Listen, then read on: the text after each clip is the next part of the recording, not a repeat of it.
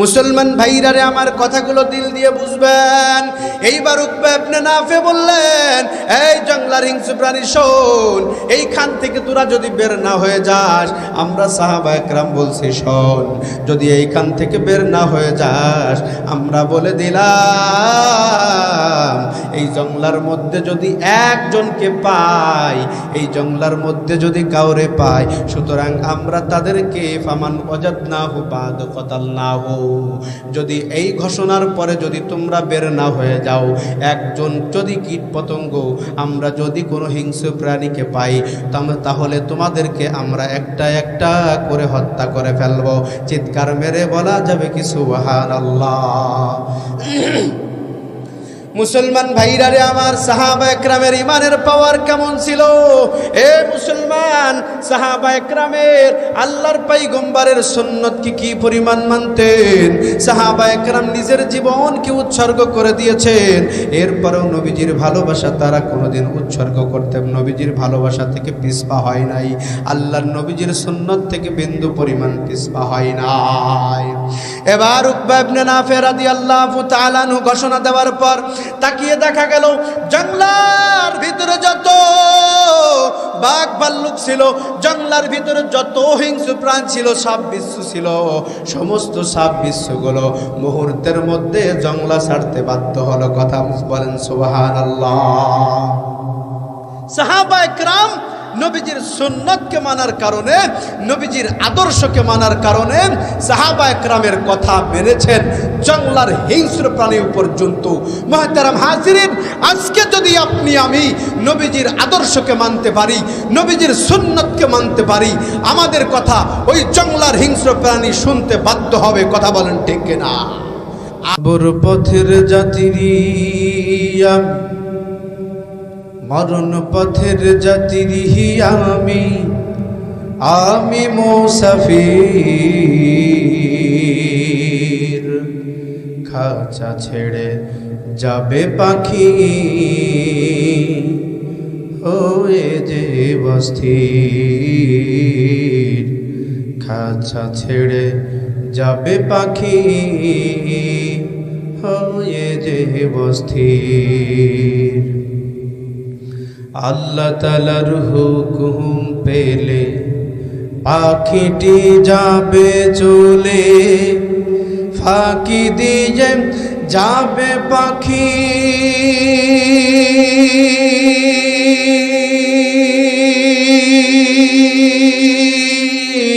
কিছুই না বলে। আল্লাহ তাআলার হুকুম পেলে পাখিটি যাবে চলে, ফাঁকি দিয়ে যাবে পাখি কিছুই না বলে। সেদিন শূন্য দেহ পড়ে রবে, শূন্য দেহ পড়ে রবে হয়ে যে স্থির,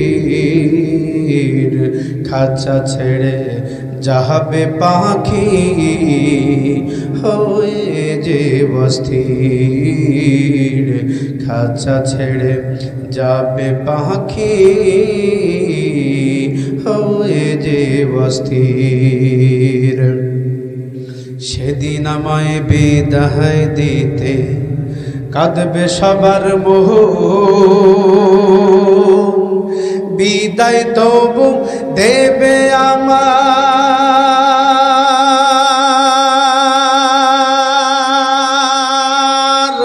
আপন স্বজন। সেদিন আমায় বিদায় দিতে কাঁদবে সবার মোহন, বিদায় তবু দেবে আমার আপন স্বজন। আমি সবার পানে থাকবো চে, সবার পানে থাকবো চে হয়ে যে অধীর, খাঁচা ছেড়ে যাবে পাখি হয়ে যে অস্থির, খাঁচা ছেড়ে যাবে পাখি হয়ে যে অস্থির। আল্লাহু আকবার, আলহামদুলিল্লাহ। ذلك من الشاهدين والشاكرين والحمد لله رب العالمين. قال رب اشرح لي صدري ويسر لي أمري واحلل عقدة من لساني يفقه قولي. قالوا سبحانك لا علم لنا إلا ما علمتنا إنك أنت العليم الحكيم. সকলেই মহব্বতের সাথে দুরূদে ইব্রাহিম পড়ি। আল্লাহুম্মা সাল্লি আলা মুহাম্মাদ ওয়া আলা আলি মুহাম্মাদ কামা সাল্লাইতা আলা ইব্রাহিম ওয়া আলা আলি ইব্রাহিম إنك حميد مجيد. اللهم بارك على محمد وعلى آل محمد كما باركت على إبراهيم وعلى آل إبراهيم إنك حميد مجيد.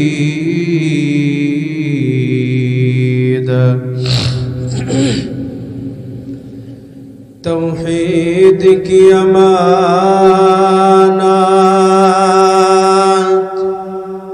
सीनों में है हमारा,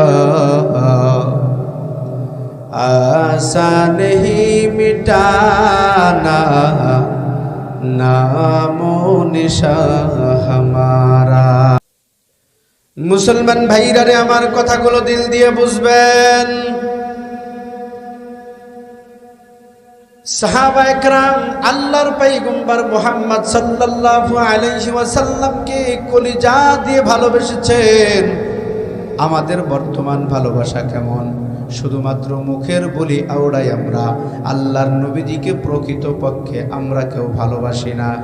মুসলমান, যদি একজন মানুষ আর একজনকে ভালোবাসে, তার পদাঙ্ক অনুসরণ করার জন্য পাগল হয়ে যায়। কিন্তু আজকে দেখা যায় আল্লাহর পয়গম্বরকে মুখে বলি ভালোবাসছি, কিন্তু আল্লাহর পয়গম্বরকে আপনি আমি মুখে মুখে বলি ভালোবাসি, কিন্তু আল্লাহর পয়গম্বরকে অন্তর থেকে আপনি আমি কোনোদিনও ভালোবাসি না। মুসলমান, সাহাবায়ে কেরাম নবীজিকে কি পরিমাণ ভালোবাসছেন, ছোট্ট একটা মিসাল দিলে আপনাদের কাছে বুঝে আসবে। হযরত আবু বকর, হযরত উমর আল্লাহর পয়গম্বরকে কলিজা দিয়ে জীবন দিয়ে ভালোবাসছেন। তাবুকের যুদ্ধের সময় আল্লাহর পয়গম্বর সমস্ত সাহাবায়ে কেরামদেরকে বললেন, সাহাবায়ে কেরাম যুদ্ধের জন্য তোমরা যার যার যে মাল সামানা আছে এই মাল সামানা এনে সামর্থ্য অনুযায়ী মাল সামানা এনে হাজির করো। মুসলমান, হযরত আবু বকর, হযরত আবু বকর সিদ্দিক রাদিয়াল্লাহু তাআলা আনহু আল্লাহর পয়গম্বরের জলিল কদর সাহাবী হযরত আবু বকর, এই আবু বকর মাল ঘর থেকে নিয়ে আসলেন, হযরত উমরও মাল ঘর থেকে নিয়ে চলে আসলেন, আল্লাহর পয়গম্বরের কাছে এনে হাজির করলেন। হযরত উমরকে আল্লাহর পয়গম্বর জিজ্ঞাসা করলেন, উমর তুমি কি মাল নিয়ে আসছো, কতটুকু নিয়ে আসছো? আল্লাহর পয়গম্বরকে হযরত উমর রাদিয়াল্লাহু তাআলা আনহু বললেন, পয়গম্বর আমার ঘরের ভিতরে যত মাল ছিল আমার ওই মালকে আমি 2 ভাগে ভাগ করিয়া একটা ভাগ আমি আপনার জন্য হাজির করেছি, আর একটা ভাগ আমার পরিবারের জন্য রেখে দিয়ে চলে আসছি। মুসলমান ভাইরারে আমার কথাগুলো দিল দিয়ে বুঝবেন। আল্লাহর পয়গম্বর এবার আবু বকরকে বললেন, আবু বকর তুমি কি আনছো? আবু বকর সিদ্দিক রাদিয়াল্লাহু তাআলা বললেন, পয়গম্বর আমি আনছি আমার ঘরের ভিতরে যত মাল ছিল সমস্ত মাল আমি আপনার দরবারে এনে হাজির করে দিলাম। ও পয়গম্বর আপনার জন্য আমার মাল সব উৎসর্গ করে দিলাম। আল্লাহর পয়গম্বর মুহাম্মদ সাল্লাল্লাহু আলাইহি ওয়াসাল্লাম বললেন, আবু বকর তাহলে ঘরের ভিতরে তুমি কি রেখে আসছো? আবু বকর সিদ্দিক রাদিয়াল্লাহু তাআলা আনহু বললেন, ইয়া রাসূলুল্লাহ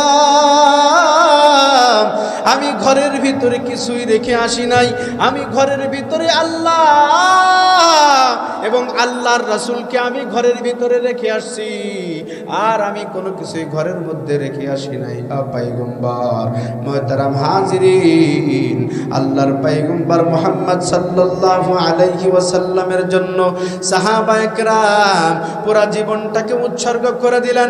এ মুসলমান, আল্লাহর পয়গম্বর বলেন, লা ইউমিনু আহাদুকুম হাত্তা আকুনা আহাব্বা ইলাইহি মিন ওয়ালিদিহি ওয়া ওয়ালাদিহি ওয়ান নাসি আজমাইন। বলেন আল্লাহু আকবার।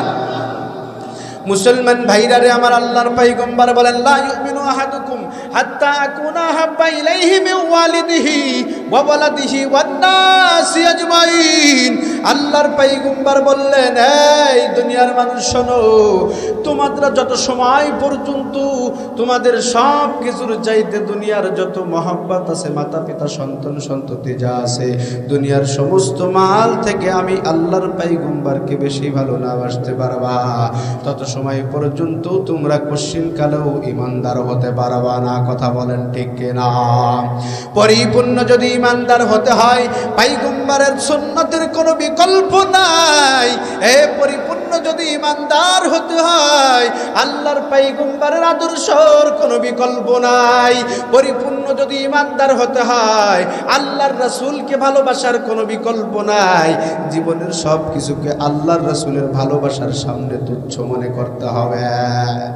মুহতারাম হাজিরিন, আজকে আমাদের ভিতরে আল্লাহর রাসূল সাল্লাল্লাহু আলাইহি ওয়াসাল্লামের ভালোবাসা তো আমাদের ভিতরে নাই, বরং আল্লাহর পয়গম্বর মুহাম্মদ সাল্লাল্লাহু আলাইহি ওয়াসাল্লামের যে ছোটখাটো কিছু আদর্শ মানবো, কিছু সুন্নত মানবো, এটাও আমাদের মধ্যে নাই। কথা বলেন ঠিক কিনা? আজকে আমরা মুসলমান ইহুদি খ্রিস্টানদেরকে, আজকে আমরা মুসলমান ওই নাসারাদেরকে আমরা খুশি করার জন্য আমরা ব্যতিব্যস্ত হয়ে পড়েছি। আমরা তাদের আদর্শে আমরা চুল কাটছি, আমরা তাদের আদর্শকে গ্রহণ করছি, কিন্তু আল্লাহর রাসূলের আদর্শকে আমরা গ্রহণ করছি না। আমরা হাজার চেষ্টা করলেও আমরা যত কিছুই করি না কেন ইহুদি খ্রিস্টানদেরকে খুশি করার জন্য, আল্লাহ তাআলা বলেন এরা কোনোদিন তোমাদের এই কাজকর্মে তারা খুশি হবে না। মুসলমান ভাইরারে আমার আল্লাহ তাআলা বলেন, ওয়ালান তারদা আনকাল ইয়াহুদু ওয়ালান নাসারা হাত্তা তাত্তাবিআ মিল্লাতাহুম। মুসলমান ভাইরারে আমার আল্লাহ তাআলা মুসলমানদেরকে জানা দেন, এ দুনিয়ার মুসলমান শোনো, এ দুনিয়ার মুসলমান শোনো, তোমরা কোনোদিন ইহুদি খ্রিস্টানদেরকে তোমরা কোনোদিন সন্তুষ্ট করতে পারবা না। বলে কেন সন্তুষ্ট করতে পারবো না?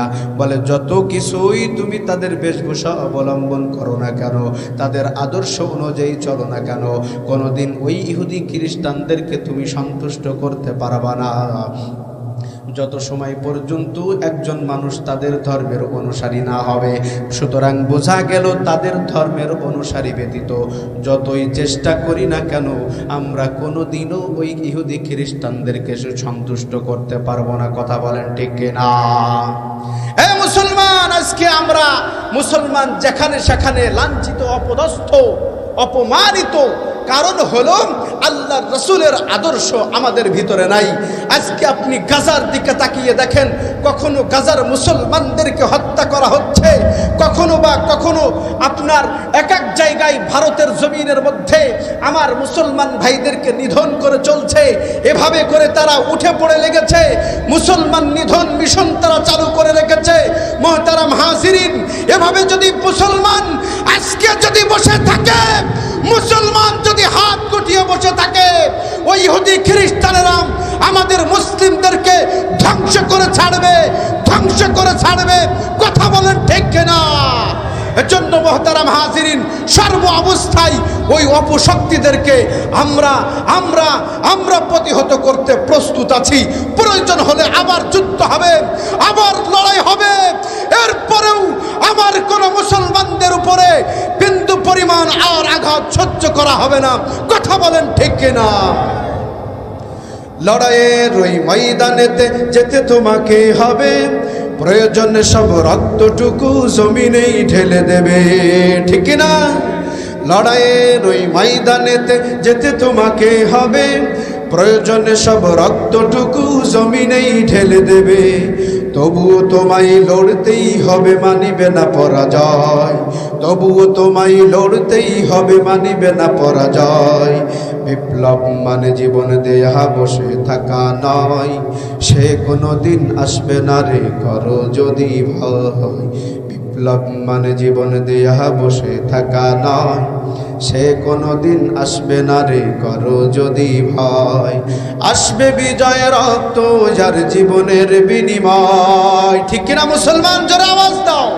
আসবে বিজয় রক্ত যার জীবনের বিনিময়। বিপ্লব মানে জীবন দেয়া বসে থাকা নয়, সে কোনো দিন আসবে না রে করো যদি ভয়। বিপ্লব মানে জীবন দেয়া বসে থাকা নয়, সে কোনো দিন আসবে না রে করো যদি ভয়। আসবে বিজয় রক্ত যার জীবনের বিনিময়। আসবে বিজয় রক্ত যার জীবনের বিনিময়। বিপ্লব মানে জীবন দেয়া বসে থাকা নয়, সে কোনো দিন আসবে না রে করো যদি ভয়। কোথা থেকে কোন ভিনদেশি শকুন আমার দেশে এসে সেবার নামে বসলো জুড়ে মীর জাফরের বেশে। ঠিক না? কোথা থেকে কোন ভিনদেশি শকুন আমার দেশে এসে সেবার নামে বসলো জুড়ে মীর জাফরের বেশে। ওদের করতে নাস্তানাবুদ হতে হবে নির্ভয়। ঠিক না? ওদের করতে নাস্তানাবুদ হতে হবে নির্ভয়। বিপ্লব মানে জীবন দেয়া বসে থাকা নয়, সে কোনো দিন আসবে না রে করো যদি ভয়। বিপ্লব মানে জীবন দেয়া বসে থাকা নয়, সে কোনো দিন আসবে না রে করো যদি ভয়। আসবে বিজয় রক্ত যার জীবনের বিনিময়। আসবে বিজয় রক্ত যার জীবনের বিনিময়। বিপ্লব মানে জীবন দেয়া বসে থাকা নয়, সে কোনো দিন আসবে না রে করো যদি ভয়। বিপ্লব মানে জীবন দেয়া বসে থাকা নয়, সে কোনো দিন আসবে না রে করো যদি ভয়। মুহতারাম হাজিরিন, সর্ব অবস্থায় নবীজির আদর্শকে যদি আমরা মানতে পারি, ওই ইহুদি বেঈমানেরা কোনোদিন আমাদের উপরে চোখ রাঙিয়ে কথা বলতে পারবে না। কথা বলেন ঠিক কিনা? মুসলমান ভাইরা রে, আমার কথাগুলো দিল দিয়ে বুঝবেন। আমরা আল্লাহর পয়গম্বরের আদর্শ জীবন থেকে সরিয়ে দিয়েছি। আল্লাহর পয়গম্বরের আদর্শ সুন্নত আমাদের মধ্যে নাই, যার কারণে সমস্ত বেঈমানেরা আমাদের উপরে চড়াও হয়ে বসছে। সুতরাং আজকে যদি সাহাবায়ে কেরামের মতো আমরা নবীজির আদর্শকে মানতে পারতাম, আজকে সাহাবায়ে কেরামের মতো যদি আমরা নবীজির সুন্নতকে মানতে পারতাম, তাহলে কশ্চিনকালেও ওই বেঈমানেরা আমাদের দিকে চোখ রাঙিয়ে কথা বলার সাহস পেত না। কথা বলেন ঠিক কিনা? মুসলমান ভাইরা রে, আমার সাহাবায়ে কেরাম কেমন নবীজির আদর্শ মেনেছেন। হযরতে হুযায়ফা রাদিয়াল্লাহু তাআলা আনহুর ছোট্ট একটা মিসাল দিলে আপনাদের সামনে বুঝে আসবে। পারস্য সম্রাট যখন মুসলমানরা যখন পারস্য আক্রমণ করলো, এইবার পারস্য সম্রাট চিন্তা করলেন যে আমরা মুসলমানদের কাছে একটা আলোচনার প্রস্তাব পেশ করি। এবার পারস্য সম্রাট যখন চিন্তা করলেন মুসলমানদের কাছে আমরা একটা আলোচনার প্রস্তাব পেশ করি, এবার যখন আলোচনার প্রস্তাব পেশ করলেন, পেশ করার পর এবার হযরত হুযায়ফা রাদিয়াল্লাহু তাআলা আনহুর নেতৃত্বে একটি দল পারস্য সম্রাটের কাছে চলে গিয়েছে। পারস্য সম্রাটের কাছে যাওয়ার পর এবার যখন তাদের সাথে আলোচনায় বসলো, আলোচনা শেষ হয়ে গেল। মুসলমান আলোচনা যখন শেষ, এইবার সম্রাটের দরবারে গেছে। যদি নাস্তার আয়োজন না করা হয়, খাবার না খাওয়ানো হয়, কেমন হয়? একজন মেহমান যদি আমার বাড়িতে আসে, আমি মেহমানদেরকে আমি কোনোদিন না খাওয়ায় বিদায় দিতে পারবো না। কমপক্ষে এক গ্লাস পানি হলেও আমার বাড়িতে খেয়ে যেতে হবে, অন্যথায় আপনি আমার বাড়ি থেকে বিদায় নিতে পারবেন না। এমন জোর দাবি আমাদের থাকে কি থাকে না? মুসলমান ভাইরা রে আমার, এবার হুযায়ফা রাদিয়াল্লাহু তাআলা আনহুকে বললেন, এই মুসলমানদের সেনাপতি শোনো, তোমরা আজকে আমাদের দরবারে আসছো, সুতরাং তোমরা এখান থেকে না খেয়ে যেতে পারবা না। সকলের অনুরোধে হুযায়ফা রাদিয়াল্লাহু তাআলা আনহু তিনি খাবার টেবিলে বসে গেলেন। বসার সাথে সাথে খাবার যখন সামনে পেশ করা হলো, এইবার খাবার খেতে খেতে হযরত হুযায়ফা রাদিয়াল্লাহু তাআলা আনহুর হাত থেকে এক লুকমা খাবার জমিনের মধ্যে পড়ে যায়। হযরত হুযায়ফা রাদিয়াল্লাহু তাআলা আনহুর খাবারটা যখন জমিনের মধ্যে পড়ে গেলেন, সাথে সাথে তিনার নবীজির সুন্নতের কথা স্মরণ এসে গেল। কারণ নবীজির সুন্নত হইল যে একজন মুসলমান যখন খানা খাবে, তখন খাবার যখন মাটিতে পড়ে যাবে তখন পরিষ্কার করে ওই খাবারটা তুমি খেয়ে নাও। কারণ কোন খাবারের মধ্যে আল্লাহ তাআলা বরকত রাখছেন কেউ জানে না। ওয়ে মুসলমান, কোন খাবারের মধ্যে আল্লাহ বরকত রাখছেন কেউ জানে না। এই জন্য পয়গম্বর বলেন, এই আমার উম্মতের দল, আমি তোমাদেরকে নসিহত করে যাই, যখন তোমরা খানা খাইবা দস্তরখান বিছায় খানা খাইবা। দস্তরখান কেন বলা হইল? বলে দস্তরখান বিছাইলে খাবারটা যখন জমিনের মধ্যে পড়ে যাবে, দস্তরখানে পড়বে, তখন ওই খাবারটা খাইতে রুচিতে বাঁধবে না। কথা বলেন ঠিক কিনা? আজকে তো আমাদের ঘরে দস্তরখানই নাই। আজকে আমাদের ঘরে মুসলমানের সন্তান আমরা। আজকে আপনি অধিকাংশ জায়গায় আপনি যাবেন, যে দেখবেন যে ঘরের ভিতরে আপনি দস্তরখান পাইবেন না। একটা জায়গায় গিয়েছিলাম, যাওয়ার পরে খাবার পরিবেশন করা হলো, তো খাবার দিয়েছে, বললাম ভাই দস্তরখান কই? দস্তরখান দিলে মনে হয় ভালো হয়, আল্লাহর নবীজির একটা সুন্নত ছেড়ে দিব। তো এবার খুঁজে খুঁজে খুঁজে খুঁজে আল্লাহর বান্দা কিছু পায় না, শেষমেশ বইয়ের একটা উন্না নিয়ে এনে হাজির করছে। মুহতারাম হাজিরিন, এই যদি হয় আমাদের মুসলমানের অবস্থা, বইয়ের একটা উন্নার উপরে যদি আমি দস্তরখান বানানো লাগে আমার, তাহলে আজকে আমাদের থেকে সুন্নত গেল কোথায়? আমাদের মধ্যে রিজিকের বরকত আসবে কোথা থেকে? কারণ যেই খাবারটা আমার থেকে পড়ে গিয়েছে ওই খাবারের মধ্যে হতে পারে, পয়গম্বর বলেন ওই খাবারটার মধ্যেও আল্লাহ তাআলা বরকত হয়তো বা নিহিত রেখেছেন। সুতরাং এই জন্য খাবার যখন মাটিতে পড়ে যাবে, ওই খাবারটা তুমি উঠিয়ে পরিষ্কার করে সাফ করে খেয়ে নাও। বলেন না সুবহানাল্লাহ? আজকে আমাদের মধ্যে খাবারের বরকত উঠে গেছে কেন? কেন আমাদের রিজিকের মধ্যে বরকত নেই? এই ছোট ছোট সুন্নত না মানার কারণে, ছোট ছোট সুন্নতগুলো না মানার কারণে।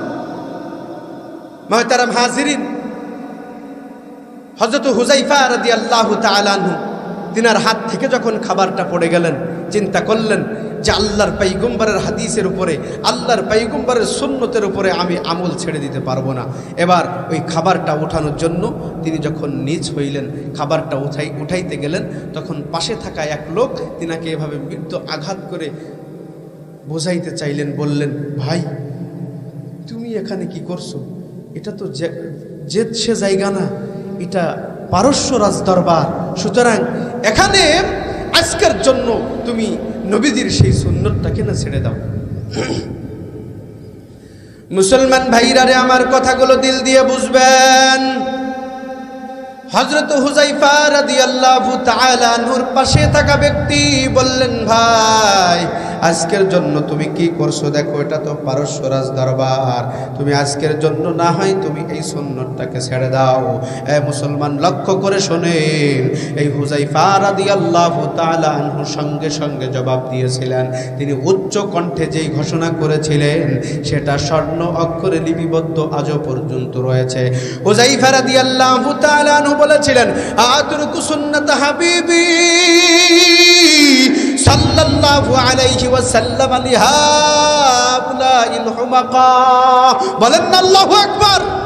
হযরত হুযায়ফা রাদিয়াল্লাহু তাআলা আনহু তিনি বললেন, এই আহম্মক শোন, আমি কি এই আহম্মকদের কারণে আমার হাবিব সাল্লাল্লাহু আলাইহি ওয়াসাল্লামের সুন্নতকে ছেড়ে দিব? না না, আমি আমার হাবিব আমার মাহবুব সাল্লাল্লাহু আলাইহি ওয়াসাল্লামের সুন্নতকে এই আহম্মকদের কারণে আমি ছেড়ে দিতে রাজি নাই।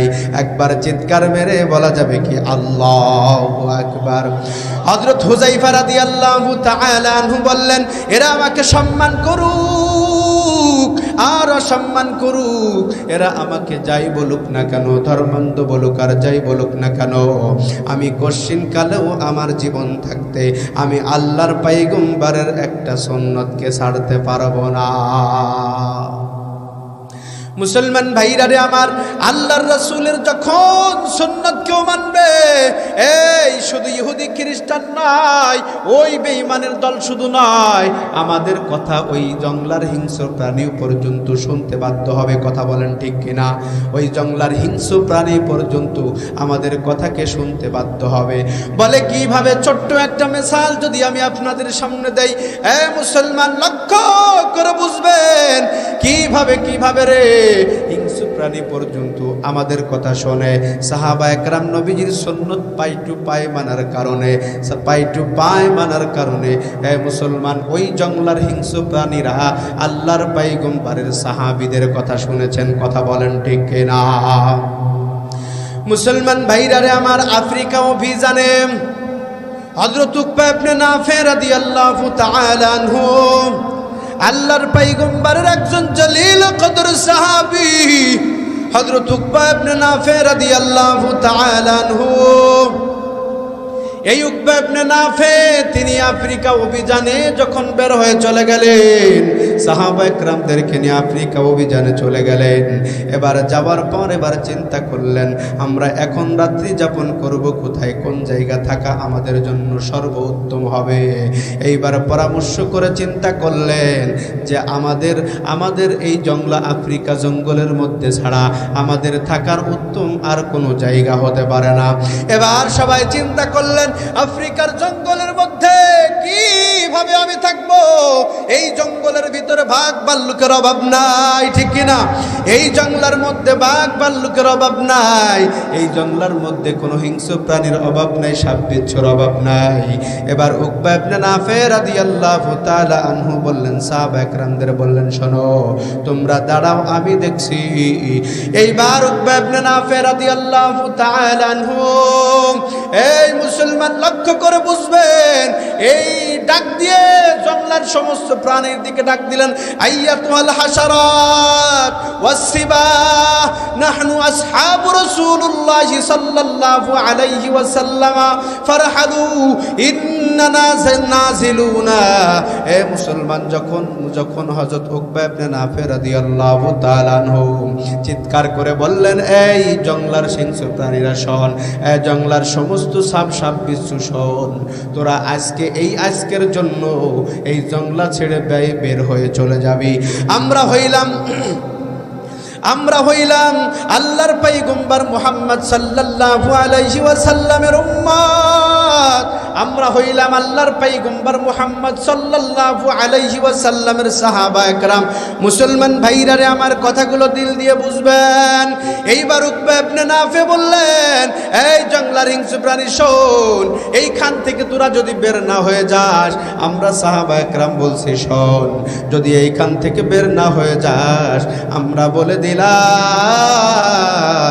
এই জঙ্গলার মধ্যে যদি একজনকে পাই, এই জঙ্গলার মধ্যে যদি কাউরে পাই, সুতরাং আমরা তাদেরকে ফামান ওয়াজাদনাহু বাদ কাতালনাহু।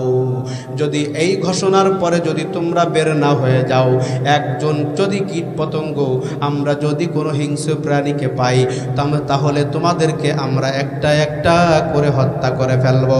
চিৎকার মেরে বলা যাবে কি সুবহানাল্লাহ।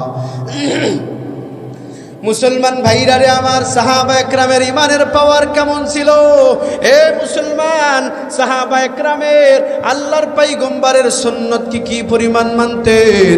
সাহাবায়ে কেরাম নিজের জীবনকে উৎসর্গ করে দিয়েছেন, এরপরেও নবীজির ভালোবাসা তারা কোনোদিন উৎসর্গ করতেন, নবীজির ভালোবাসা থেকে পিছপা হয় নাই, আল্লাহর নবীজির সুন্নত থেকে বিন্দু পরিমাণ পিছপা হয় নাই।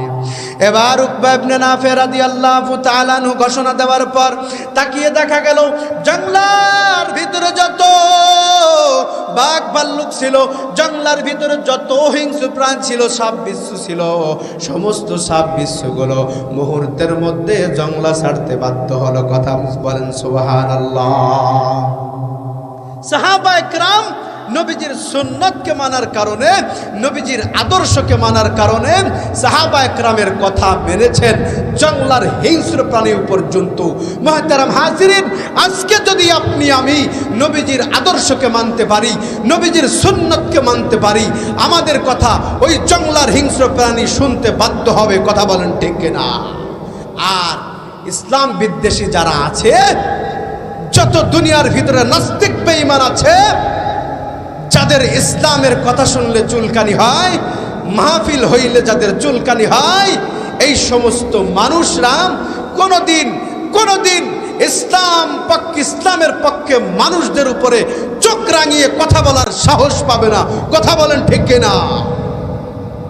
সম্মানিত হাজিরিন, এজন্য সর্ব অবস্থায় আল্লাহর পয়গম্বর মুহাম্মদ সাল্লাল্লাহু আলাইহি ওয়াসাল্লামের আদর্শকে মানতে হবে। পারবো না ইনশাআল্লাহ?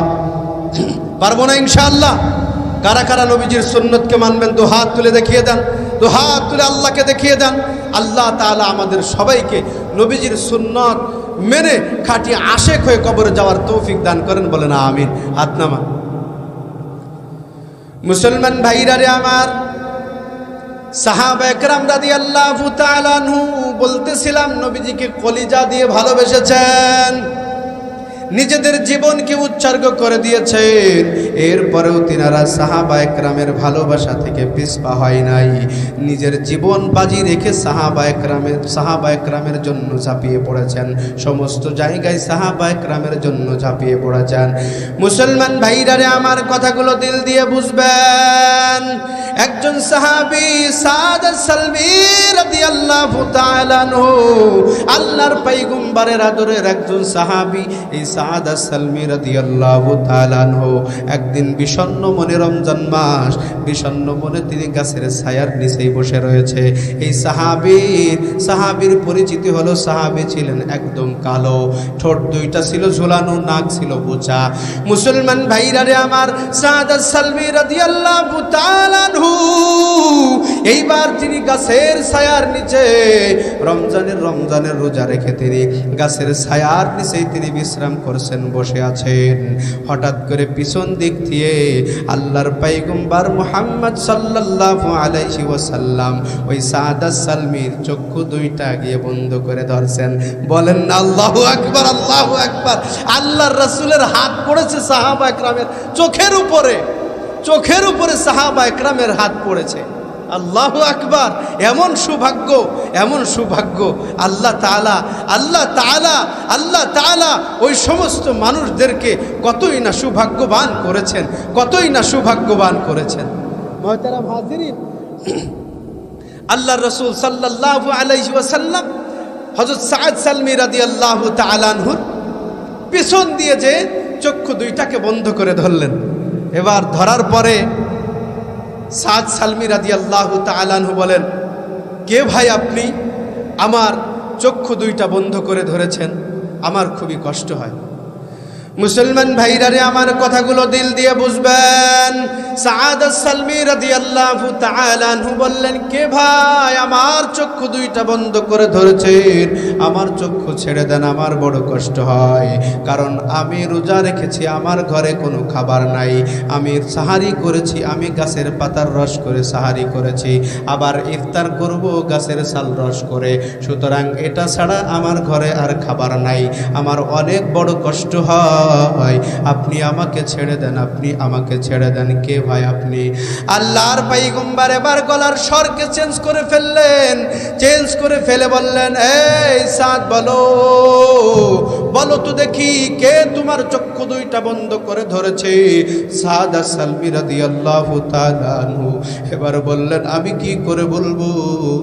সাদ সালমী এবার দুইটা হাত তিনি আমার নবীজির হাতের উপরে এভাবে হাত রাখলেন, এভাবে ধরে ধরে ধরে ধরে এবার সাদ সালমী বললেন যে এই হাত, মনে মনে চিন্তা করলেন, এত সুন্দর হাত, এত সুন্দর নরম তুলতুলে হাত মক্কার মদিনার মধ্যে আল্লাহর পয়গম্বর ছাড়া কারো হতে পারে না।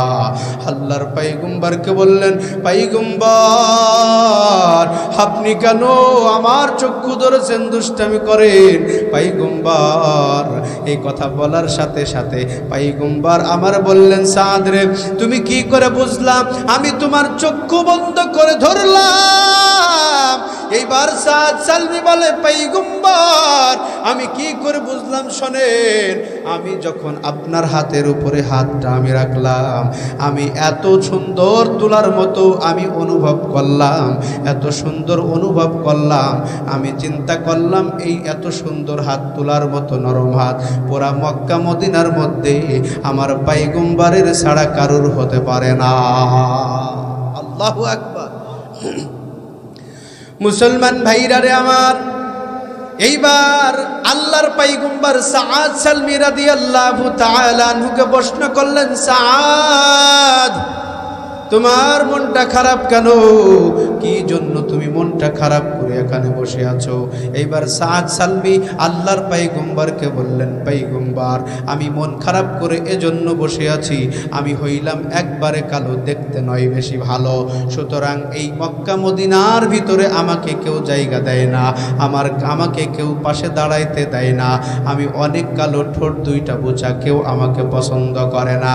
ও পয়গম্বর বয়স তো কম হয় না, বয়স তো আমার 32-33-এর কোঠায় পৌঁছে গিয়েছে, এই মক্কা মদিনার ভিতরে আমাকে কেউ বিবাহ দেয় না, কেউ মেয়ে দেয় না, আমাকে বিবাহ দেয় না, আমার সাথে কোনো মেয়ে বিবাহ দেয় না, সুতরাং আমার জন্য কি জান্নাতের মধ্যে আমার আল্লাহ হুরের ব্যবস্থা করবেন? আল্লাহর পয়গম্বর সাদ সালমীকে বললেন, সাদ রে, টেনশন করো না, কোনো টেনশন নাই, কোনো টেনশন করো না, কারণ আল্লাহ রাব্বুল আলামিন রিজিকের ফয়সালা করে দেন। তাবারাকাল্লাযী বিয়াদিহিল মুলকু ওয়া হুয়া আলা কুল্লি শাইইন কাদির।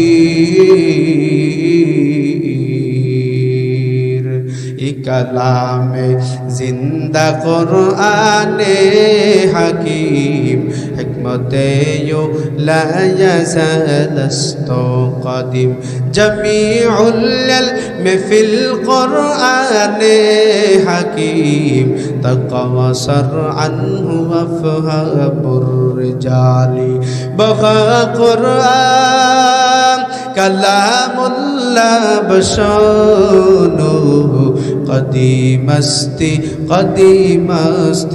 নইনো। মুসলমান ভাইরা রে আমার, আল্লাহর পয়গম্বর সাদ সালমী রাদিয়াল্লাহু তাআলা আনহুকে বললেন, সাদ রে, কোনো টেনশন করো না, রিজিকের মালিক আমার আল্লাহ, সুতরাং তুমি কোনো টেনশন করো না, সমস্ত ক্ষমতার মালিক হলেন আমার আল্লাহ। সুতরাং পৃথিবীর ভিতরে আপনি যতই ক্ষমতাবান মানুষ দেখেন না কেন, এই ক্ষমতা চিরস্থায়ী না। আজকে যারা ক্ষমতা পেয়ে অনেক বড় বাদশাহী দেখাও, এ মুসলমান শুনে নাও, এই ক্ষমতা কিন্তু চিরস্থায়ী থাকবে না, এই ক্ষমতা চিরস্থায়ী থাকবে না। আজ আছে তো কাল থাকবে না, আজকে আপনি আমি আছি, কালকে আর একজন আসবে। সুতরাং ক্ষমতার চেয়ার পেয়ে যারা অন্যায়ভাবে যদি কেউ কারোর উপরে জুলুম করে, মুসলমান শুনে নাও, এই দুনিয়ার জমিনে বিচার না হইলেও আখেরাতের মধ্যে বিচার করার জন্য একজন আছে। কথা বলেন ঠিক কিনা? মুসলমান ভাইরা রে আমার, হযরত সাদ আস-সালমি রাদিয়াল্লাহু তাআলা আনহুকে বললেন, এই সাদ, কোনো টেনশন নাই, কোনো টেনশন নাই, কারণ রিজিকের মালিক হইলেন আমার আল্লাহ। তোমার দুনিয়াতেও বিবাহ হবে আর আখেরাতেও হুরের ব্যবস্থা করে দিবেন আমার আল্লাহ। মুসলমান ভাইরা রে আমার, কথাগুলো দিল দিয়ে বুঝবেন। এইবার মুহাম্মাদুর রাসূলুল্লাহ সাল্লাল্লাহু আলাইহি ওয়াসাল্লাম বললেন, তোমার বিবাহ হয়ে যাবে। সাদ আস-সালমি খুশিতে পুরা গদগদ। সাদ আস-সালমি বললেন, পয়গম্বর সত্যি আমার কি বিবাহ হবে? বলে, হ্যাঁ বিবাহ হবে। আল্লাহর পয়গম্বর বলেন, সাদ বলো তোমার কোন কোন মানুষটা পছন্দ? কোন মেয়ে যদি মক্কা মদিনার মধ্যে পছন্দ হয়ে থাকে তুমি বলো। এবার সাদ আস-সালমি রাদিয়াল্লাহু তাআলা আনহু বললেন, ও পয়গম্বর, জীবনে কোনোদিন মেয়ে লোকের দিকে আমার চক্ষু দুইটা উঁচু করি নাই, মেয়ে লোকের দিকে আমি তাকাই নাই। পর্দার আয়াত নাজিল হওয়ার পর আমি কোনোদিন মেয়ে লোকের দিকে চক্ষু তুলে তাকাই নাই, সুতরাং আমার কোনো পছন্দের নাই। তবে আমি শুনেছি মক্কা মদিনার ভিতরে, মক্কার জমিনের মধ্যে আব্দুল ওয়াহাব ইয়ামিনীর একটা মেয়ে আছে, এই মক্কার মধ্যে সবচাইতে বেশি সুন্দরী, সমস্ত যুবকরা নাকি তার জন্য পাগল। এই মুসলমান, ভালো করে লক্ষ্য করে বুঝার চেষ্টা করবেন। এইবার সাদ সালমি বলেন, পয়গম্বর, যদি বিবাহ করতেই হয় ওই সুন্দরী মেয়ে, ওই মুসলমান শুনে নাও, ওকে বলা হয়তো দুনিয়ার হুর। আল্লাহর পয়গম্বরের সাহাবী হযরত সাদ সালমি রাদিয়াল্লাহু তাআলা আনহু বললেন, পয়গম্বর, যদি বিবাহ আমার করতেই হয় তাহলে সাদ সালমিকে আমার সাথে বিবাহ, ওই মেয়েটার সাথে আমাকে বিবাহ দিয়ে দেন, অন্যথায় আমি বিবাহ করতে চাই না। মুসলমান ভাইরা রে আমার, আল্লাহর পয়গম্বর বললেন, তাই হবে। এইবার আল্লাহর পয়গম্বর মুহাম্মদ সাল্লাল্লাহু আলাইহি ওয়াসাল্লাম একটা চিঠি লিখলেন। চিঠি লিখে সাদ সালমির কাছে দিয়ে বললেন, যাও এই চিঠিটা তুমি মেয়ের বাবার কাছে গিয়ে দিবা। আর সাদ সালমি রাদিয়াল্লাহু তাআলা আনহু চিঠি নিয়ে মেয়ের বাবার কাছে চলে গেলেন। মেয়ের বাবার কাছে যাওয়ার পর এবার তিনি মেয়ের বাবার কাছে চিঠিটা দেওয়া মাত্র তিনি বললেন, কি এটা? বলে, এটা পয়গম্বরের চিঠি। পয়গম্বর তোমার কাছে চিঠি পাঠিয়েছেন। বলে, কিসের চিঠি? বলে, এই চিঠি আল্লাহর পয়গম্বর পাঠিয়েছে তোমার মেয়েটাকে আমার সাথে বিবাহ দেওয়ার জন্য। এই কথা বলেই সাদ আস-সালমি দেদ,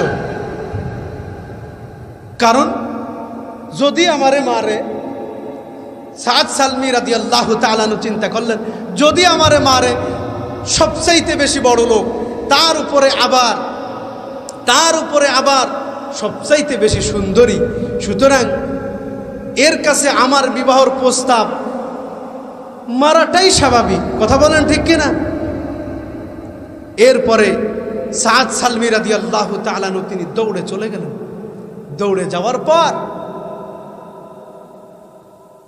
এরপরে ওই আব্দুল ওয়াহাব ইয়ামিনী পুরা রেগে ফুলে গেছেন, পুরা রেগে গিয়েছেন। এবার বললেন, মেয়ে দৌড় দিয়ে ঘর থেকে বের হয়ে চলে আসলেন। আসার পরে বললেন, বাবা কি হয়েছে, আপনি এমন করছেন কেন? বলে, এমন করছি কারণ হইল আল্লাহর পয়গম্বর একজনের কাছে চিঠি দিয়ে পাঠিয়েছে এবং তার সাথে তার বিবাহের কথা বলছে, এজন্য আমার একটু মেজাজটা গরম হচ্ছে। এইবার মেয়ে বললেন, বাবা শোনো, ছেলে যেমনই হোক না কেন, টাকা পয়সা নাই, জমি জায়গা নাই, কোনো কিছু নাই, তার ঘর নাই, বাড়ি নাই, আল্লাহর পয়গম্বর যেহেতু বিবাহের প্রস্তাব দিয়ে পাঠিয়েছে, নিশ্চয়ই এর মধ্যে কিছু আছে। চিঠিটা খোলেন, পড়েন। এইবার চিঠি খুললেন, চিঠি খুলে আপনার চিঠির মধ্যে লেখা বিসমিল্লাহির রহমানির রহিম।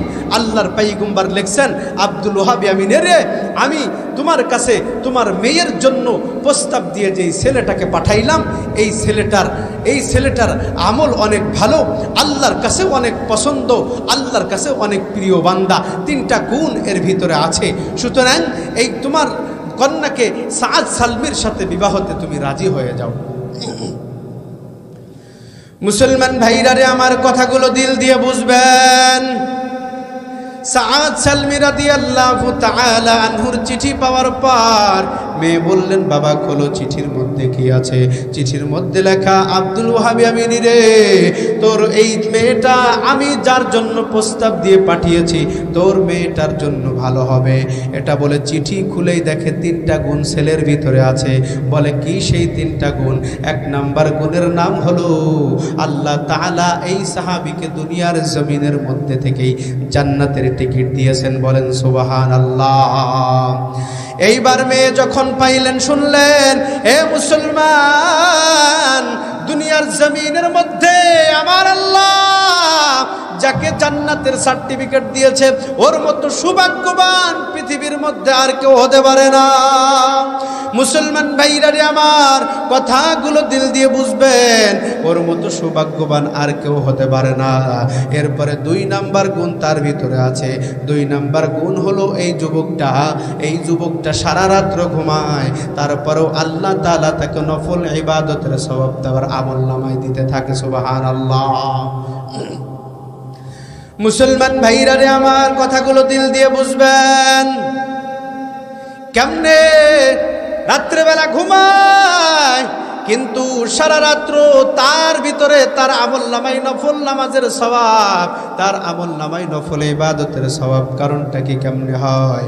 আল্লাহর পয়গম্বর বলেন, যেই ব্যক্তি ইশার নামাজ বা জামাত আদায় করে ঘুমিয়ে যায়, আবার ঘুম থেকে উঠে ফজরের নামাজ আদায় করে, আল্লাহ তাআলা এই আমল 2টা করার কারণে, জামাতের সাথে নামাজ ইশা এবং ফজরের নামাজ আদায় করার কারণে আল্লাহ তাআলা বান্দাকে সারা রাত্র নফল ইবাদতের সওয়াব লিপিবদ্ধ করে দেয়। মুসলমান ভাইরা রে, আমার এবার সাদ সালমি বললেন, 3 নাম্বার চিঠির মধ্যে লেখা, বলে এই যুবকটা প্রত্যেক দিন 20 থেকে 50 বার কোরআনের খতম দেয়। বলে কিভাবে সম্ভব? 20 থেকে 30 বার কোরআন খতম করে। আল্লাহর পয়গম্বর হাদিসের মধ্যে বলেন, বুখারী মুসলিম শরীফের হাদিসের মধ্যে বলেন, কোন মুসলমান যদি 3 বার সূরা ইখলাস তেলাওয়াত করে, 3 বার পাঠ করার কারণে আমার আল্লাহ তাআলা বান্দার আমলনামায় 1 খতম কোরআন শরীফের সওয়াব লিপিবদ্ধ করে দেয়। মুসলমান ভাইরা রে, আমার কথা খুবই সংক্ষেপ, দিল দিয়ে বোঝার চেষ্টা করবেন। মুসলমান, এইবার সাদ সালমি যখন প্রস্তাব নিয়ে গেলেন, এইবার মেয়ে যখন দেখলেন 3টাই তো খুবই ভালো, মেয়ে আবার পাগল হয়ে গেলেন। বললেন, বাবা আমি কোনো ধন সম্পদ দেখতে চাই না, আমি কোনো কিছু দেখতে চাই না। আল্লাহর পয়গম্বর যেহেতু আমার প্রস্তাব দিয়ে পাঠিয়েছে, সুতরাং আমি দুনিয়ার কোনো কিছু চাই না, আমি ওই ছেলের সাথেই বিবাহ বসবো, অন্য কারোর সাথে আমি বিবাহ বসতে রাজি নাই।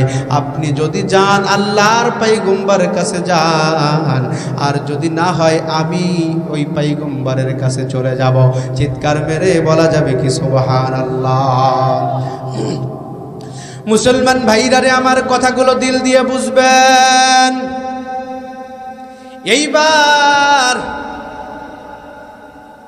আব্দুল ওহাব ইয়ামিনী আল্লাহর পয়গম্বরের কাছে গিয়ে হাজির হয়ে গেলেন। আল্লাহর পয়গম্বরকে বললেন, পয়গম্বর আমি আমার কন্যাকে আপনার ওই সাআদাত সালমির সাথে বিবাহ দেওয়ার জন্য রাজি আছি, সুতরাং আমার মেয়েও রাজি, আপনি দ্রুত বিবাহর ব্যবস্থা করে ফেলেন। মুসলমান, এরপরে আল্লাহর পয়গম্বর বিবাহ কার্যক্রম করার জন্য সাআদাত সালমিকে বললেন, সাআদ সালমি রে, তুমি তো বিবাহ করবা ঠিক আছে, কিন্তু বিবাহর আগে মোহরের দরকার আছে না নাই? আরো জোরে বলেন, আছে না নাই? আজকে বর্তমান আগে মোহর জোগাড় করে তারপরে বিয়ে করার চেষ্টা করবেন, কারণ এখন বর্তমান তো এমন হয়ে গিয়েছে, মোহর তো দূরের কথা, শ্বশুরের বাড়ি থেকে যৌতুক আর কৌতুকের টাকা এনে খায়। কথা বলেন ঠিক না? শ্বশুর বাড়ি থেকে যৌতুক কৌতুকের টাকা খাওয়া মানে কুত্তার পায়খানা খাওয়া সমান। এই জন্য এটার থেকে বিরত থাকার চেষ্টা করতে হবে। মুসলমান ভাইরা রে, আমার কথাগুলো দিল দিয়ে বুঝবেন। আল্লাহর পয়গম্বর সাআদ সালমিকে বললেন, সাআদ তুমি বিবাহ করবা, মোহর আসেনি? আল্লাহর পয়গম্বরকে সাআদ সালমি বললেন, পয়গম্বর আমার কাছে মোহর আনার তো কোনো টাকা পয়সা নাই, আমি আপনার বাড়ি খাই, আপনার বাড়ি ঘুমাই, সুতরাং আমার কাছে কোনো টাকা পয়সা নাই। আল্লাহর পয়গম্বর বললেন, যাও আমার সাহাবী উসমানের কাছে চলে যাও, উসমানের কাছে যাও, তোমাকে 400 দিরহাম দেবে। সাআদাত সালমি রাদিয়াল্লাহু তাআলা আনহু উসমান রাদিয়াল্লাহু তাআলা আনহুর কাছে চলে গেলেন। যাবার পর উসমান রাদিয়াল্লাহু তাআলা আনহুকে বললেন, পয়গম্বর পাঠিয়েছেন, আপনি আমাকে কিছু দেন, 400 দিরহাম দেন। বলে, পয়গম্বর কি 400 দিরহামের কথা বলেছে? বলে হ্যাঁ। এবার আবু যর রাদিয়াল্লাহু তাআলা আনহুকে বললেন, আবু যর যাও, ওইখান থেকে তুমি 500 দিরহামের একটা প্যাকেট তুমি সাআদকে দিয়ে দাও। বলে, কেন 500 দিরহাম কেন? আল্লাহর পয়গম্বর তো 400 দিরহাম বলেছে, আমি 500 দিরহাম কি জন্য নিব, কি জন্য দিবেন আপনি? মুসলমান ভাইরা রে আমার, উসমান রাদিয়াল্লাহু তাআলা আনহু বলেন, এই মুসলমান শোনেন। উসমান রাদিয়াল্লাহু তাআলা আনহু বলেন, আল্লাহর পয়গম্বর বলছে 400, আমি দিলাম 500। আল্লাহর পয়গম্বর যদি বলতো 1000, আমি উসমান তোমাকে 2000 দিরহাম দিতাম। মুসলমান ভাইরা রে আমার, এই উসমান রাদিয়াল্লাহু তাআলা আনহু কেমন একজন সাহাবী ছিলেন। আল্লাহর রাসূলের কাছে একজন সাহাবী এসে বললেন, ও পয়গম্বর, ঘরের ভিতরে খাবার নাই, আপনি একটু কিছু দেন, আমি খাবারের আয়োজন করতে পারবো। আল্লাহর পয়গম্বর সাহাবীকে বললেন, যাও আমার সাহাবী উসমান রাদিয়াল্লাহু তাআলা আনহুর কাছে যাও, ওই উসমানের কাছে যাও, উসমান তোমাকে খাবার দিবে, উসমান তোমাকে কিছু টাকা দিবে, 2000 দিরহাম দিবে। তুমি যাও উসমানের কাছে, উসমান দিরহাম দিবে, ওইটা নিয়ে তুমি তোমার সংসারে লাগাইবা। এবার সাহাবী উসমান রাদিয়াল্লাহু তাআলা আনহুর কাছে গিয়ে হাজির হইলেন। উসমান রাদিয়াল্লাহু তাআলা আনহুর কাছে হাজির হওয়ার পর তিনি দেখলেন প্রথম যখন গেলেন, দেখলেন যে বাতাসে তুলো উড়ে যাইতেছে। উসমান রাদিয়াল্লাহু তাআলা আনহু বাতাসে তুলো উড়ে যাইতে দিচ্ছে না, ওটাকে ধরে ধরে ঠেকিয়ে রাখতেছে। এরপরে দ্বিতীয়বার আবার গেলেন, আবার যেয়ে দেখে যে পিপিলিকায় গম নিয়ে চলে যাচ্ছে, পিপিলিকার মুখের মধ্যে থেকে গমগুলো ছড়ায়া উসমান রাখতেছে। এরপরে এই দৃশ্য দেখে সাহাবী আবার চলে গেল। এরপরে আবার আসলেন, আবার আসার পরে এবার দেখে সামান্য ক্যাশিয়ারের সাথে 1 টাকার হিসাবের গড়মিল হয়েছে, তাই ক্যাশিয়ারের 12টা বাজিয়ে দিচ্ছে। এটা দেখিয়া আবার ওই সাহাবী চলে গেল। এইবার যাওয়ার পর এবার যখন বললেন, ওই সাহাবী দেখলেন এই উসমান রাদিয়াল্লাহু তাআলা আনহু দেখলেন, এই সাহাবী ভাই, তুমি কেন বারবার আসছো আর ফিরে যাও, কারণ কি? বলে, তোমাকে কে পাঠিয়েছে বলো, তুমি কি জন্য আসছো? বলে, পয়গম্বর আমাকে 2000 দিরহাম দিতে বলছে। এবার সাহাবী উসমান বলে, আবার বলো কে তোমাকে পাঠিয়েছে? বলে, পয়গম্বর পাঠিয়েছে। আবার উসমান বললেন, কে পাঠাইছে বলো? বলে, পয়গম্বর পাঠাইছেন। সাআদাত সালমি রাদিয়াল্লাহু, এই সাহাবী এবার আল্লাহর পয়গম্বরের কাছে দৌড়ে চলে গেলেন, যে বললেন, পয়গম্বর আমি যখন গেলাম, আপনি এমন একজন মানুষের মানুষের কাছে পাঠিয়েছেন, এমন একজন সাহাবীর কাছে আপনি পাঠিয়েছেন, সুতরাং সে তো আমাকে টাকা পয়সা দিল না, বরং বারবার শুধু আপনার নামই জিজ্ঞাসা করে যাচ্ছে, কে পাঠাইছে, কে পাঠাইছে। এভাবে একাধিকবার বলছে, আমি দৌড়ে চলে আসছি। আল্লাহর পয়গম্বর চিন্তা করলেন, হায় আল্লাহ, আমার উসমানের মন কি পরিবর্তন হয়ে গেল নাকি? আল্লাহর কাছে দোয়া করতে করতে, আল্লাহর কাছে দোয়া করতে করতে দূর থেকে দেখা যায় হযরত উসমান রাদিয়াল্লাহু তাআলা আনহু এক বস্তা নয়, দুই বস্তা নয়, 3 বস্তা টাকা নিয়ে আল্লাহর পয়গম্বরের কাছে হাজির হয়েছে। বলেন সুবহানাল্লাহ। মুসলমান ভাইরা রে, আমার কথাগুলো দিল দিয়ে বুঝবেন। আল্লাহর পয়গম্বর বললেন, এই উসমান, তুমি কেন এমন করলা? বারবার নাকি তুমি নাম জিজ্ঞাসা করছো? বলে, পয়গম্বর, ওই ব্যক্তি আমার কাছে গিয়েছে, আপনার নাম যখন আমার কাছে বলছে, সুতরাং আমার মনটা এত বারবার আপনার নাম শুনতে মন চাই রে পয়গম্বর। যদি আপনার নাম একবার নয়, দুইবার নয়, 3বার নয়, তিনবার বলার কারণে 3 বস্তা টাকা এনে আমি হাজির করলাম। ও পয়গম্বর, যদি আপনার সাহাবী আপনার নাম 1000 বার আমার সামনে বলতো রে পয়গম্বর, আমি আপনার সামনে 1000 বস্তা টাকা এনে হাজির করতাম। মুসলমান ভাইরা রে, আমার কথাগুলো দিল দিয়ে বুঝবেন। এইবার সাদ সালমি রাদিয়াল্লাহু তাআলা আনহুর কাছে বিবাহ কম তিনি টাকা পয়সা নিয়ে হাজির হয়ে চলে গেলেন। আল্লাহর পয়গম্বর এবার তার বিবাহ সম্পূর্ণ করাইলেন। এ মুসলমান, আল্লাহর পয়গম্বর সাদ সালমিকে বললেন, সাদ রে, তুমি যাও, এই টাকা নিয়ে তুমি যে টাকাটা আছে, এই টাকাটা নিয়ে তুমি যাও, তোমার নতুন বইয়ের জন্য তুমি কিছু কাপড় কেনাকাটা করে নাও, কিছু খাবার কিনে নিয়ে আসো। এইবার খাবার কেনার কথা বলে আল্লাহর পয়গম্বর বললেন, সাদ রে, তুমি যাইবা শ্বশুর বাড়ি গিয়ে বেড়াইবা, সুতরাং সাবধান, তুমি এদিক সেদিক কোনো জায়গা যাইবা না। আল্লাহর পয়গম্বর এবার সাদ সালমিকে নসিহত করে চলে গেলেন বদরের যুদ্ধের ময়দানে। বদরের যুদ্ধের ময়দানে যখন আল্লাহর পয়গম্বর চলে গেলেন, এই সাদ সালমি খাবার কিনে বাজার থেকে আসছে, খেয়ে জানি অবস্থায়, কোথায় আছো রে নবীর সাহাবীরা, কোথায় আছো রে নবীর সাহাবীরা? কেউ কি নাই? আমার পয়গম্বরের উপরে আক্রমণ করছে ওই কাফের বেঈমানের দলেরা, আমার নবীজির উপরে আক্রমণ করছে। তোমরা কি কেউ নাই রে নবীজির জন্য জীবন দেওয়ার জন্য?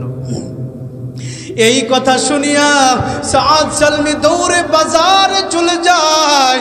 এবার বাজারে যাওয়ার পর সাদ সালমি দোকানে গিয়ে বলে, ভাই, আমি যেই মালগুলো কিনেছি, অনুরোধ করে বলছি রে ভাই, এই মালগুলো আপনি নিয়ে নেন, আর আমার কাছে যেই বাকি টাকাগুলো রয়েছে টাকাগুলোও নিয়ে নেন। এর বিনিময়ে আপনি একটা তরবারি আমাকে দেন, আর একটা ঘোড়া আপনি আমাকে দেন, আর একটা কালো কাপড় আমাকে দেন। কালো কাপড় কি জন্য? আল্লাহর পয়গম্বর সাদকে বলছে, সাদ রে, তুই কিন্তু আসবি না যুদ্ধের ময়দানে, তুই যুদ্ধে আসবি না। সাদ বলে, আমি কালো কাপড় এই জন্য নিলাম, কারণ আল্লাহর পয়গম্বর যদি আমাকে যুদ্ধের ময়দানে দেখে, আল্লাহর পয়গম্বর যদি আমাকে যুদ্ধের ময়দানে দেখে, তাহলে পয়গম্বর আমাকে ফিরা দিবে। এই জন্য আমি আমার চেহারাটাকে ঢাকিয়া আমি যুদ্ধের ময়দানের দিকে দৌড় দিতে আরম্ভ করলাম। এরপরে অপর দিক থেকে স্ত্রীর কানে ডাক দেয়, কে জানি যে বলে, এই সাদের স্ত্রী, নববধূ, শোনো, তোমার স্বামী তোমার বাসর ঘর ফেলে রেখে, সব কিছু ফেলে রেখে তোমার স্বামী চলে যাচ্ছে, তোমার স্বামী চলে যাচ্ছে যুদ্ধের ময়দানে। এবার 4 রাস্তার মোড়ে গিয়ে স্বামী স্ত্রী গিয়ে দাঁড়িয়েছে। দাঁড়ানোর পরে সাদ সালমি রাদিয়াল্লাহু তাআলা আনহুকে দাঁড় করাইলেন। দাঁড় করায় বললেন, স্বামী, আপনি আজকে যুদ্ধের ময়দানে যাবেন না? বলে, না, আমি আমার পয়গম্বরের পয়গম্বরের মা নাই, আমার পয়গম্বরের বাবা নাই, আমারও মা নাই, আমারও বাবা নাই, আমি আমার পয়গম্বর যুদ্ধের ময়দানে মার খাবে, এটা তো হতে পারে না। আমি সাআদ বেঁচে থাকতে আমার পয়গম্বর যুদ্ধের ময়দানে মার খাবে, এটা তো হতে পারে না। মুসলমান ভাইরা রে, আমার কথাগুলো দিল দিয়ে বুঝবেন। আমার পয়গম্বর মার খাবে, এটা হবে না, এটা আমি সহ্য করতে পারবো না। এবার স্ত্রী ডাক দিয়ে বলে, ও আমার প্রাণের স্বামী শোনেন, দুনিয়ার জমিনের ভিতরে কত মানুষ আছে, মক্কার এমন কোন যুবক নাই আমার চেহারা দেখে পাগল না হয়েছে রে। স্বামী আমার, এক কমপক্ষে আপনি আমার চেহারাটাকে একবার দেখে যান। সাদ সালমি রাদিয়াল্লাহু তাআলা আনহু ডাকতে বললেন, স্ত্রী শোন, শুনে নাও, শুনে নাও, যদি আমি একবার তোমার চেহারার দিকে তাকাই, আমি যদি তোমার চেহারার মায়ায় পড়ে যাই, আমার পয়গম্বরের জন্য মনে হয় আমি জীবন দিতে পারবো না। এই বলিয়া স্ত্রীর কাছ থেকে বিদায় নিয়ে চলে গেলেন সাদ সালমি রাদিয়াল্লাহু তাআলা আনহু। এইবার বিদায় নিয়ে যাওয়ার পর সাদ সালমি রাদিয়াল্লাহু তাআলা আনহু চলে গেলেন যুদ্ধের ময়দানে। তিনি একে তিনি অনেকগুলা কাফেরকে হত্যা করে ফেলার পর এবার সাদ সালমি একটা খেজুর মুখের মধ্যে দিয়ে তিনি ইফতার করলেন। ইফতার সারিয়া আল্লাহর পয়গম্বরের সাহাবী সাদ সালমি নামাজে দাঁড়ায় গেলেন। নামাজে দাঁড়ানোর পর পিছন থেকে একজন বেঈমান এসে সাদ সালমি বাম হাতের উপর কোপ দিয়ে পুরো হাতটা কেটে দিয়েছে। হাতটা জমিনের মধ্যে সাদ সালমির পড়ে যায়, সাথে সাথে সাদ সালমি তিনিও জমিনের মধ্যে পড়ে যায়। পড়ে যাওয়ার পর সাদ সালমি তিনি ডান হাতের মাধ্যমে তিনি লিখতেছেন, লা ইলাহা ইল্লাল্লাহু মুহাম্মাদুর রাসূলুল্লাহ। মুসলমান ভাইরা রে আমার, এই সাদ সালমি যখন জমিনের মধ্যে পড়ে গেলেন, দূর থেকে হযরত আলী রাদিয়াল্লাহু তাআলা আনহু দেখলেন। আলী দেখলেন যে সাদ সালমি কেমন যেন দেখা যায়, সাদ সালমির মতো যেন মনে হয়। দৌড়ে তিনি চলে গেলেন সাদের কাছে, যায় দেখে হ্যাঁ আসলেই সাদ আল্লাহর পয়গম্বরের সাহাবী আলী রাদিয়াল্লাহু তাআলা আনহু। আল্লাহর পয়গম্বরকে ডাক দিয়ে বললেন, পয়গম্বর আপনার সাহাবী আজকে তো ওই আপনার বাসর ঘরে থাকার কথা ছিল, শ্বশুর বাড়ি কুরমা পোলাও খাওয়ার কথা ছিল, আপনার সাহাবী তো সেটা না করে আজকে দেখা যায় সাহাবী যুদ্ধের ময়দানে এসে হাজির। পয়গম্বর আমার দৌড়িয়ে সাহাদের কাছে এসে হাজির হইলেন। এবার সাদ সালমি রাদিয়াল্লাহু তাআলা আনহু এইবার তিনি আল্লাহর পয়গম্বরের কাছে, আল্লাহর পয়গম্বর যখন চলে গেলেন, আল্লাহর পয়গম্বরের চেহারাটা আল্লাহর পয়গম্বর সাদ সালমির কোলের উপরে আল্লাহর পয়গম্বর মাথাটা রাখলেন। মাথাটা রাখার পরে সাদকে জিজ্ঞাসা করে, সাদ রে, তোরে আমি বললাম তুই কইছ, তুই নববধূর সাথে তুই আজকে মাত্র বিবাহ করলি, তুই শ্বশুর বাড়ি না যাইবি, তুই কেন আজকে এখানে এসে হাজির হইলি? সাদ সালমি বলে, পয়গম্বর আমার মা নাই, আমার বাবা নাই, আমার দুনিয়া জমিনে কেউ নাই, আপনারও নাই রে পয়গম্বর। আমি আপনার বাসায় খাই, আপনার বাসায় বড় হয়েছি, আপনার বাসায় থাকি, সুতরাং আপনাকে ছেড়ে আমি কি করে ওই শ্বশুর বাড়ি যে কুরমা পোলাও খাই রে পয়গম্বর। মুসলমান ভাইরা রে আমার, এইভাবে সাহাবীরা নবীর জন্য জীবন দিল। আজকে তোমার আমার ভালোবাসা কোথায়? সাহাবায়ে কেরামের জন্য জীবন দিতে আমরা পারি না, আজকে নবীর জন্য আমরা জীবন দিতে পারি না। হে মুসলমান, এই নবীকে অপমানিত অপদস্থ করার জন্য নাস্তিক বেঈমানেরা যেইভাবে উঠে পড়ে লেগেছে, কখনো আমার নবীজিকে নিয়ে কটূক্তি করে, কখনো কোরআনকে নিয়ে কটূক্তি করে, কখনো আল্লাহকে নিয়ে কটূক্তি করে। মুসলমান শুনে নাও, আমরা ওই সমস্ত নাস্তিক বেঈমানদেরকে জানিয়ে দিতে চাই, এই ময়দান থেকে শুনিয়ে দিতে চাই, শোনেন, যদি ফেরবাদ আমার নবীকে নিয়ে, আমার আল্লাহকে নিয়ে, কোরআনকে নিয়ে বাজে মন্তব্য করা হয় আমরা মুসলমান সহ্য করব না। কথা বলেন ঠিক কিনা?